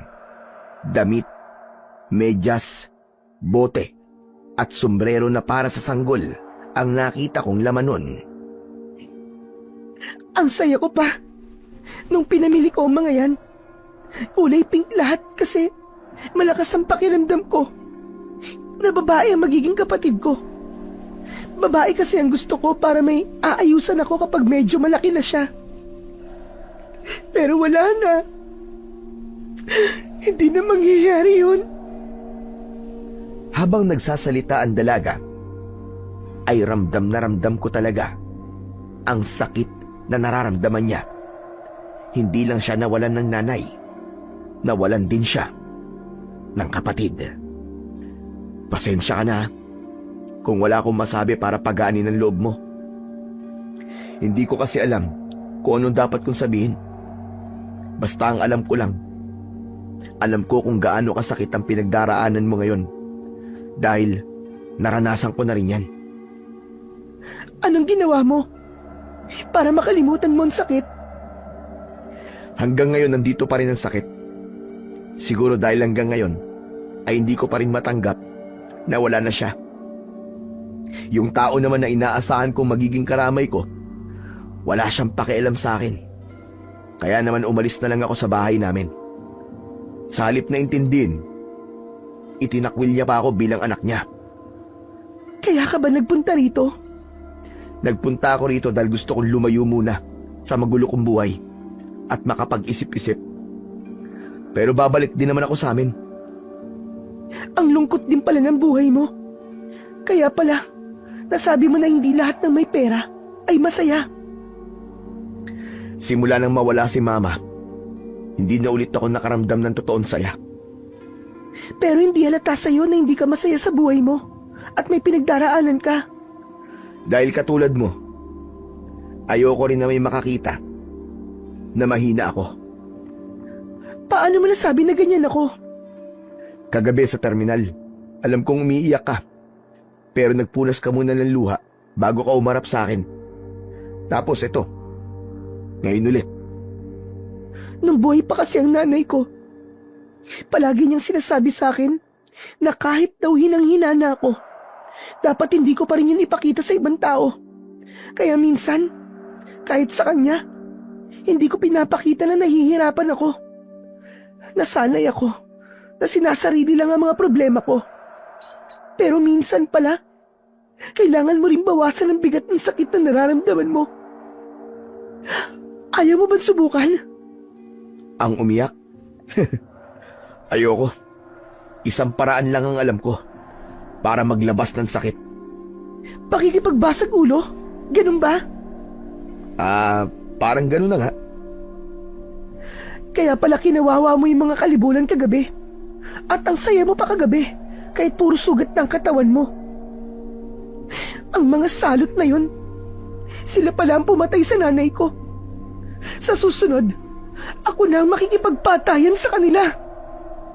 Anong sa susunod? Napatay ko na yun lahat, hindi ba? Hindi ba nabanggit sa'yo ni Lolo Ambo na meron pang iba? Marami raw yun sila. Kaya nga mas lalong natakot ang mga tao matapos nilang makita na may napatay tayong kauri ng mga kalibulan. Siguro raw, nasusugod yung iba para magiganti. Walang nabanggit sa akin si Lolo. Kung totoo yung sinasabi mo, dapat pala tayong maganda. Anong maganda? Hindi ka aalis? Aalis? Saan naman ako pupunta? Nanganganib na ang buhay mo rito. Sa susunod na sumugod na mga kalibulan, sigurado ako na walang sino man sa mga taga rito makakaligtas. Kaya tumakas ka na. Anong tumakas ang sinasabi mo, Nadine? At kung nanganganib pala ang lahat, bakit ako lang ang tatakas? Paano ka? Paano ang mga tao rito? Ayos lang sa akin kahit mamatay na ako. Wala na rin naman akong pupuntahan. Wala na rin si nanay. Pero ikaw, may mahal ka pa sa buhay na pwedeng balikan. Hindi ako tatakas. Lalo na ngayon nasa bingit ng kamatayan pala ang lahat ng tao rito. Dahil sa ginawa kong pagpatay sa mga halimaw na yun. Kung ganun ikaw ang bahala. Matagal pa naman bago ang susunod na kabilugan ng buwan. Posible pang magbago ang isip mo. Hindi na magbabago ang isip ko, Nadine. Hindi ko ugaling tumakas sa lahat ng uri ng laban. Doon na natapos ang pag-uusap namin ni Nadine. Dahil hindi na siya ulit nagsalita, kaya hindi na rin ako umimik. Napatingala ako sa langit nang bigla yung magliwanag dahil sa biglaang pagkidlat. Hudyat yun. Nauulan. Nadine, hindi pa ba tayo uuwi? Malapit ang dumilim at mukhang uulan pa. Balik na lang ulit tayo bukas. Malapit lang naman eh. Nanatiling walang imik ang dalaga, pero tumayo ito at naunang maglakad. Nang makarating kami sa bahay ni Lolo Ambo, ay doon lang ulit ito nagsalita. Lolo Ambo, uuwi lang po muna ako sa bahay namin. Aba, bakit ka uuwi? Sinabi ko naman sa'yo, hindi ba? Na pwede kang tumuloy dito hanggat hindi pa naayos ang bubong ng bahay ninyo. Sa may kusina lang naman po banda na alis ang bubong. Buo pa rin naman po ang bubong sa kwarto. Kaya may matutulugan pa po ako. Sige po, alis na po ako, Lolo Ambo. Ngunit hindi pa man nakakatatlong hakbang ang dalaga, ay humarang na ako sa daan niya. Ops! Hindi ka pwedeng matulog doon mag-isa, delikado. Dito ka na muna. Huwag ka mag-alala. Matagal pa ang susunod na kabilugan ng buwan. Kaya walang mangyayaring masama sa akin. At isa pa, gusto ko kasi munang mapag-isa. Tumingin muna ako kay Lolo Ambo. At nang tumango ang matanda, ay saka ko lang ulit binalingan si Nadine. O sige, kung yan ang gusto mo, hatid na lang kita ron. Huwag na, Carlo. Hindi ka pa magaling. Magpahinga ka na lang. O siya, paano? Alis muna ako. Mang Ambo, alis na po ako. Nang lampasan ako ng dalaga, ay sinundan ko na lang siya ng tingin. Kung ako lang ang masusunod, gusto ko sana siyang samahan. Pero sa kanya na nanggaling na gusto niya munang mapag-isa, kaya hindi ko pwedeng ipilit ang gusto ko. Huwag ka mag-alala, Apo. Walang mangyayaring masama sa kanya. Katatapos lang ng kabilugan ng buwan, kaya matagal-tagal ulit bago may bumalik na kalibulan dito sa baryo. Sabihin na natin ganun nga, Lo. Pero may pinagdaraanan kasi siya. Baka mamaya kung anong maisipin niyang gawin sa sarili niya. Baka Diyos na bata yang sila din. Kaya alam kong hindi niya gagawin yon. Dahil alam niyang kasalanan yon. Sana nga po, Lo. Pupuntahan ko po kagad siya bukas ng umaga para kumustahin. Ayos! Magandang ideya ang naisip mong yan. Siya nga po pala, Lo. Totoo po ba na susugod po ang mga kalibulan para ipaghiganti po ang mga kauri nila na napatay ko? Yan ang nakikita ko bagyayari, Apo. Dahil pamilya ang tingin nila sa isa't isa. Kaya sa oras na may hindi bumalik na isa sa kanila, siguradong lalabas sila sa gubat para alamin ang nangyari. Yan din ang tingin ng iba pang mga matatanda rito sa lugar na ito. Kaya nababahala sila sa posibleng mangyari na maaaring maghiganti ang mga kalibulan. Nasa na po ba yung mga bangkay ng kalibulan? Ililibing na lang po ba natin para hindi makita ng mga kasamahan nila? Kahit ilibing natin sila ng ilang metro sa ilalim ng lupa, maaamoy at maaamoy yun nila. Sinunog na namin kaninang umaga ang mga katawan. Gayunpaman, alam namin na malalaman pa rin nila yon. Kung ganun, Lo, lumikas na po kayo. Sabihan niyo po mga tao habang matagal pa bago sumapit ang kabilugan ng buwan. Para naman maiwasan natin ang pagdanak ng dugo dito. Nag-usap-usap na kami kanina. Buo pa rin ang desisyon namin na huwag umalis. Pero sa pagkakataong ito, lalaban na kami para sa aming mga buhay. Hindi ko po maintindihan kung bakit gugustuhin niyo pang mamatay kaysa ang umalis. Pero kung yan po ang desisyon niyo, Lo, sasamahan ko po kayong lumaban. Alam kong yan ang sasabihin mo, Apo. Dahil kilalang kilala kita. Kahit hindi tayo masyado nagkasama, alam ko na matapang ka katulad ng tatay mo.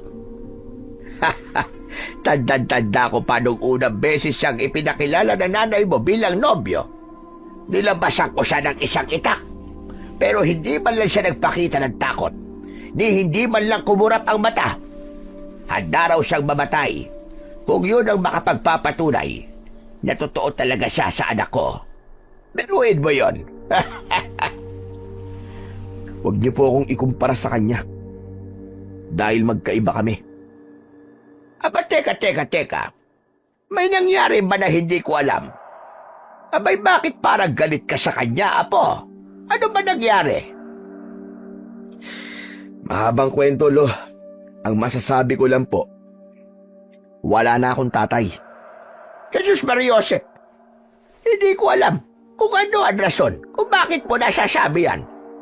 Pero kung ano man ang gulong namamagitan sa inyong mag-ama ngayon, abay sana maayos nyo yan. Magkakaayos lang po siguro kaming dalawa kung tanggap niya ang pagkakamali niya. Tanggap ko naman po ang pagkakamali ko, Lo eh. Pero siya, tingin niya sa lahat ng mga ginagawa niya tama. Siya ang palaging tama. Sinubukan nyo na bang pag-usapan ng masinsinan ng problema nyong dalawa? Kasi kung hindi pa, talagang hindi kayo magkakaayos. Sinubukan ko pong makipag-ayos. Pero puro mali ko na lang pong nakikita niya. Bulag po siya sa sarili niyang mga pagkakamali. Pambihira. Mukhang ang laki-laki ng galit mo sa kanya. Pero Apo, kahit anong mangyari, kahit bali-baligtarin man ang mundo, tatay mo pa rin siya. Sana, manaig pa rin dyan sa puso mo ang pagpapatawad. O siya, mukhang luto na yung niluluto ko, mais. Titignan ko lang saglit. Ako na po, Lo. Pagkasabi nun, ay tumayo ako, papunta sa kusina. Nang makitang luto na yon, ay naglagay ako sa plato at bumalik sa kinaroroonan ng matanda. Nagluto lang ako nito para matikman mo. Pero kung gusto mo maghapunan ng kanin, abay meron naman akong sinain doon. Ayos na po sa akin tong mais, Lo. Hindi rin naman po ako sanay kumain ng kanin kapag gabi ni. Ngayon ko lang naalala. Dapat pala binigyan ko kanina si Nadine para naman may naiuwi siya. Kung ganun, dadalang ko na lang po siya. O sige, ikaw ang bahala. Dalhan mo siya para makakain din siya nitong mais. Nang marinig ang sinabing yun ng matanda, ay bumalik ako sa kusina at naglagay ng ilang pirasong mais sa isang baunan. Lo, saglit lang po ah. Hatid ko lang po ito kay Nadine. Babalik din po kagad. O sige, mag-iingat ka. Pagkasabi nun, ay lumabas na ako ng bahay. 7:00 pa lang ng gabi, subalit tahimik na kagad ang paligid at nakapinid na lahat ng pinto at bintana ng bawat bahay.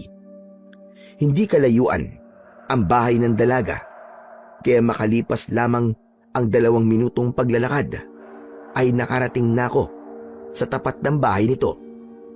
Ilang beses akong kumatok bago bumukas ang pinto. Natutulog ka na ba? Pasensya sa storbo ah. May dala akong mais. Pinabibigay ni Lolo. Hindi ka na sana nag-abala pa. Pero salamat, Carlo. Walang anuman. O sige, una na ako ah. Isara mo na ulit ang pinto. Sige, pakisabi kay Mang Ambo. Salamat. Tumango lang ako bilang pagtugon sa sinabi nitong yon. Hinintay ko munang isara nito ang pinto bago ako tumalikod at naglakad pabalik. Saktong pagdating ko sa bahay ay saka naman bumuhos ang malakas na ulan. Hindi ko tuloy maiwasang mag-alala para sa dalaga, lalo na't sira ang bubong ng bahay nito. Hindi ka pa ba matutulog, Apo? Abay, mauuna na ako. Kanina pa akong inaantok. Sige po, Lo. Sunod na lang po ako. Naupo muna ako sa tabi ng bintana at tumingin sa labas. Nang mga sandaling yun, parang bigla akong nakaramdam ng panghihina. Parang ngayon lang ininda ng katawan ko ang pagod. Ang dami palang nangyari sa loob ng isang araw at isang gabi. Nagtagal pa ako ng ilang minuto sa tapat ng bintana bago ko yun isinara. Pagkatapos nun ay pumasok na ako sa silid at nahiga sa tabi ni Lolo Ambo. Mabilis ang naging paglipas ng mga araw at linggo. Naramdaman ko na lang na parang ayaw ko na ring lisanin ang lugar na yon. Sa loob ng maikling panahon ay naramdaman kong hindi ako mag-isa. Naramdaman kong maging masaya sa kabila ng nalalapit na panganib na kakaharapin namin.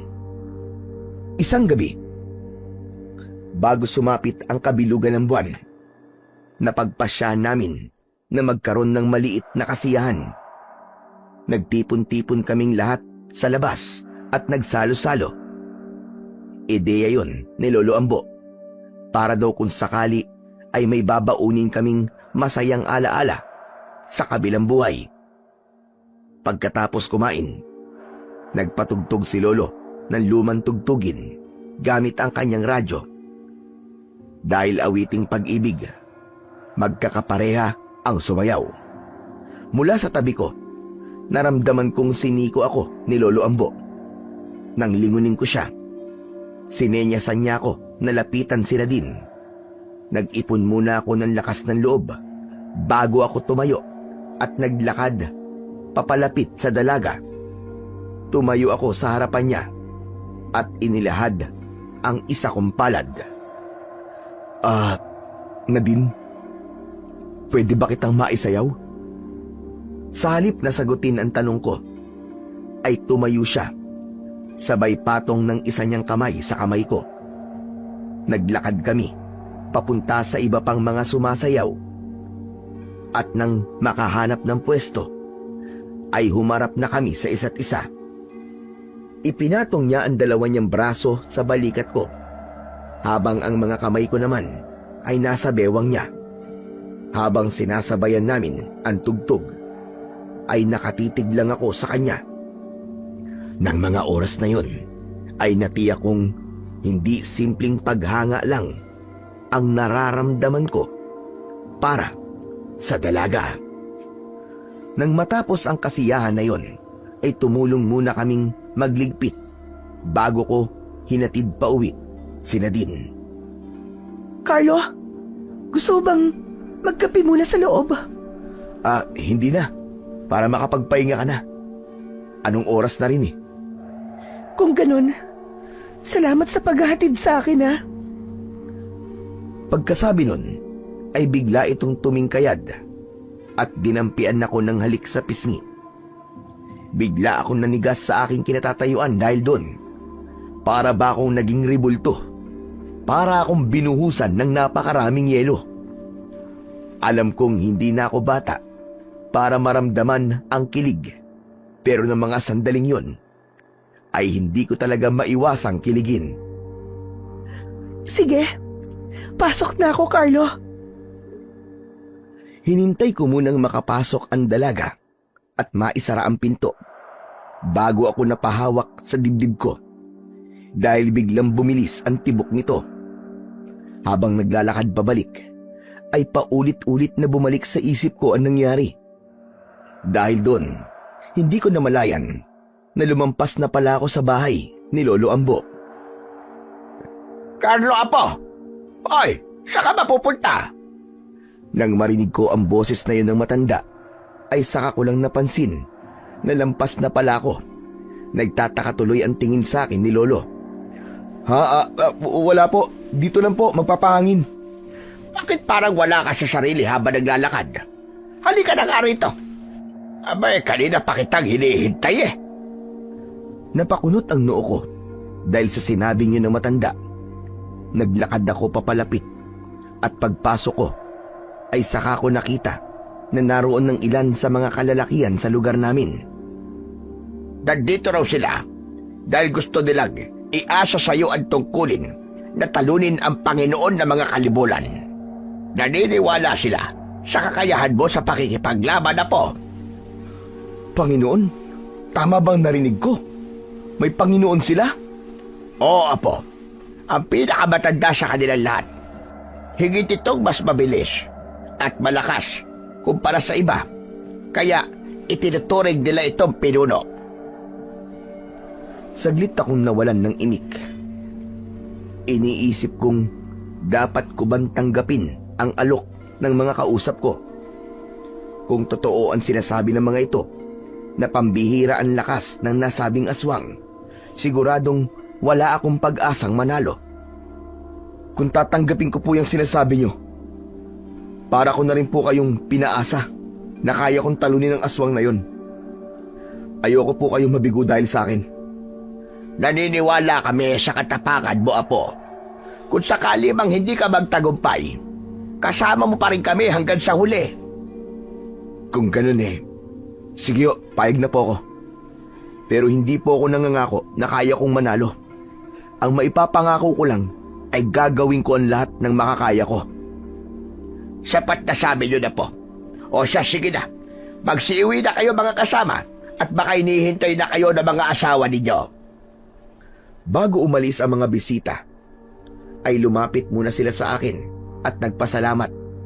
Sinabi ko naman sa kanila na saka na lang sila magpasalamat sa akin kapag tapos na ang lahat. Nang wala na sila, ay nilapitan ako ni Lolo Ambo. Umamin ka na ba sa nararamdaman mo kay Nadine, Apo? Po, umamin? Ano po bang ibig niyo sabihin? Ay, nako. Huwag ka na magkailak sa akin. Pinagdaanan ko na rin yan. Alam ko may pagtingin ka sa kanya. Ano? Nagtapat ka na ba? Si Lolo talaga Pero Lo, hindi pa po Saka na lang siguro. Kapag maayos na po ang lahat. Anong saka na lang? Paano? Kung hindi ka na magkaroon ng pagkakataon, sige nga. Sa tingin ko naman, ay may pagtingin din siya sa'yo. Sana nga, Lo. Pero saka ko na lang po problemahin yun. Sa ngayon, kailangan ko muna mag-isip kung ano ang gagawin ko bukas para tapatan ang lakas ng aswang na yun. Kailangan mo ba ng armas, Apo? May nakatago ako rito. Bigay pa ito sa akin ng tatay ko nung siya ay buhay pa. Pagkasabi nun, ay pumasok ang matanda sa kwarto at nang lumabas ito, ay may bitbit ng isang mahabang bagay. Namangha ako nang mati ako kung ano yun. Isa yung katana o mas kilala bilang samurai sword. Nang iabot yun sa akin ni Lolo, ay kaagad ko yung hinugot. Kuminang ang talim nito matapos maalis mula sa kaluban. Lo, ipapagamit mo sa akin yan? Kung makakatulong ba yan bakit hindi? Alam mo ba kung paanong gumamit niyan? Ngayon lang po ako nakahawak ng katana. Pero kaya ko naman po itong dalhin at gamitin. Mabuti naman kung ganon. Alam mo ba, Apo? Simula nang ibinigay sa akin yan ng tatay ko, ni minsan hindi ko man lang yan tinangkang hugutin. Pakiramdam ko kasi, masusugatan ako sa oras na ginawa ko yon. Kaya itinago ko na lang. Kung gusto mo sa'yo na lang yan. Ipapamana ko na sa'yo. Gusto ko sana pero wala naman akong paggagamitan yan. Kaya itabi nyo na lang po ulit pagkatapos ko pong gamitin bukas. Kanina parang hindi ka sigurado na mananalo ka. Pero ngayon, mukhang mataas na ang kumpiyansa mo, Apo. Parang ganun na nga po, Lo. Handa na po akong harapin ng aswang na yon. Tignan ko lang kung matalas pa ang ngipin niya kaysa sa talim ng katana na to. Pagkatapos ng pag-uusap namin na yon ni Lolo, ay nagpaalam na siyang matutulog.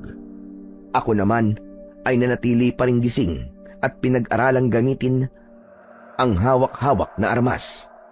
Nang hindi makontento, ay lumabas ako ng bahay at lumapit sa sagingan.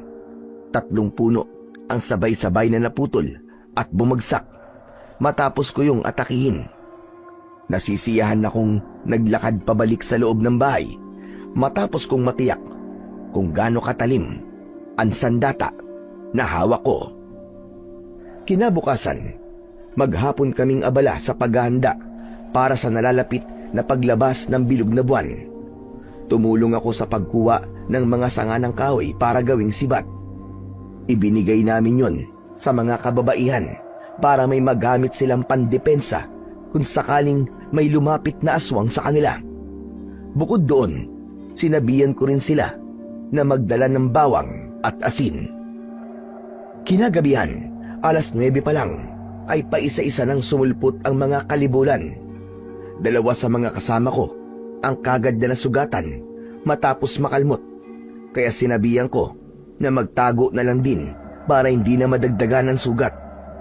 Nang lumalim ang gabi, dumating na ang hinihintay ko.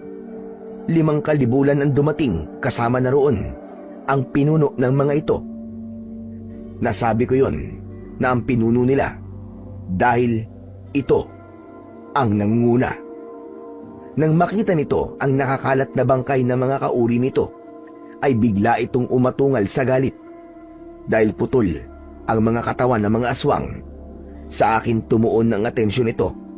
Nang mga oras na yon, ay hawak ko sa kamay ko ang katana. Kaya nalaman ng aswang na ako ang pumatay sa mga kauri nito. Hindi ko inaasahan ang naging mabilis nitong pagkilos. At bago pa man ako makaiwas, ay nagawa na nitong kalmutin ako sa likod. Umayos ako ng tayo kahit sobrang sakit ng natamo kong sugat. Subalit hindi pa man ako tuluyang nakakabawi, ay muli na naman itong umatake sa akin. Dahil doon, nabitiwan ko ang hawak kong armas at tuluyan na akong napaluhod. Pakiramdam ko, tatakasan na ako ng ulirat dahil parang gusto nang pumikit ng mga mata ko. Tumingin ako sa paligid at nang makita kong hirap na rin sa pakikipaglaban ng mga kasama ko, ay bigla akong nagkaroon ng lakas. Dinampot ko ang nabitiwan kong armas at inihagis ko yun papunta sa isang kalibulan na nasa bubong ng isang bahay kung saan naroon si Nadine nagtatago. Saktong tumama ang katana sa katawan ng aswang, kaya nahulog yun. Dahil wala na akong sandata, dinukot ko sa bulsa ko ang nakel. Ito ang armas na palagi kong ginagamit kapag napapasabak ako sa trouble nung nasa Maynila pa ako. Saktong kakatapos ko lang isuot ng nakel nang biglang may aswang na sumugod.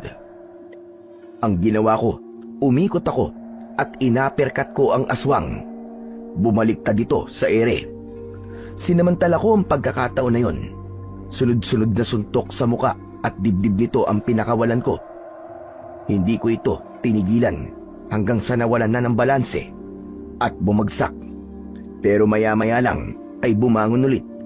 Susugod na naman sana ito, subalit naudlot yon dahil bigla na lang may tumagos na katana sa tiyan nito. Mula sa likuran ng aswang ay nakita kong nakatayo si Nadine. Siya ang sumaksak sa aswang. Akala ko ay babagsak na ito, subalit nagulat ako nang bigla na lang itong umikot paharap sa dalaga. Bagaman hindi ko inaasahan na yun ang gagawin ng aswang, naging mabilis pa rin ang pagkilos ko. Nilapitan ko ito at hinugot ang armas na nakabaon sa likuran nito at pagkatapos ay winasiwas ko yun. Wala pang 1 segundo, nahati na ng 2 ang katawan nito. Magkahiwala yun na bumagsak sa lupa. Ayos ka lang ba? Hindi ka na dapat lumabas eh. Gusto ko lang naman makatulong. Ano ka ba? Munti ka na nga mapahamak dahil sa ginawa mo eh. Dito ka lang sa tabi ko. Huwag kang lalayo. Pagkasabi nun, nilapitan ko siya at hinawakan sa kamay. Dahil wala na ang pinuno ng mga kalibulan, ang hinarap ko naman ay ang iba pang mga aswang na buhay pa. Naging madali sa akin na ubusin ang mga ito dahil ang ilan ay sugatan na rin. Nang matapos ang madugon laban, laking pasasalamat ko dahil walang nawala sa amin. Pero halos lahat kami ay sugatan. Makalipas ang 3 buwan. Uy, ano na? Tititigan mo na lang ba ang bahay nyo? Hindi ka pa magdo-doorbell? Ilang minuto na tayo nakatayo dito sa labas Nag-aalangan kasi ako eh. Paano kung hindi na naman maging maganda ang pag-uusap namin? Ano ka ba? Ngayon ka pa ba atras? Ang layo ng biniyahe natin At isa pa, napag-usapan na natin to, hindi ba? Ang sabi mo, buo na ang loob mo na harapin siya. Oo nga. Pero paano kung ayaw niya pala akong makita? Bago ako umalis sa bahay na to, natatandaan kong itinakwil niya na ako eh. Tatay mo pa rin siya. Ilang buwan kayo hindi nagkita. Kaya sigurado kung namimiss ka na niya. Kaya sige na, mag-doorbell ka na. Para malaman na nila na nandito ka. Nagpakawala muna ako ng malalim na buntong hininga bago ko pinindot ang doorbell. Makalipas lamang ang ilang segundo, ay bumukas ang pintuan ng bahay namin at mula roon ay lumabas si Tita Helena. Nang makita niya ako, ay tumakbo siya kagad papalapit sa gate at binuksan yon. Nagulat pa ako nang bigla niya akong yakapin. Maluwa-luwa siya nang bitiwan ako. Mabuti naman at bumalik ka na, Carlo. Matagal ka na naming hinahanap. Ang akala namin, may nangyari ng masama sa'yo. Ayos lang po ako, Tita. Si Papa po nandyan ba? Nasa kwarto. Halika kayo sa loob. Sigurado matutuwa yun kapag nakita ka. Ay, Tita, sandali. Si Nadine nga po pala, nobya ko. Nadine, siya si Tita Helena. Magandang araw po, ma'am. Anong ma'am? Simula ngayon, tita na lang ang itawag mo sa akin. Nobya ka ni Carlo, kaya pamilya ka na rin namin. Pakiramdam ko ng mga sandaling yon ay biglang naglaho ang lahat ng sama ng loob ko kay Tita Helena matapos kong marinig ang sinabi niyang yon kay Nadine.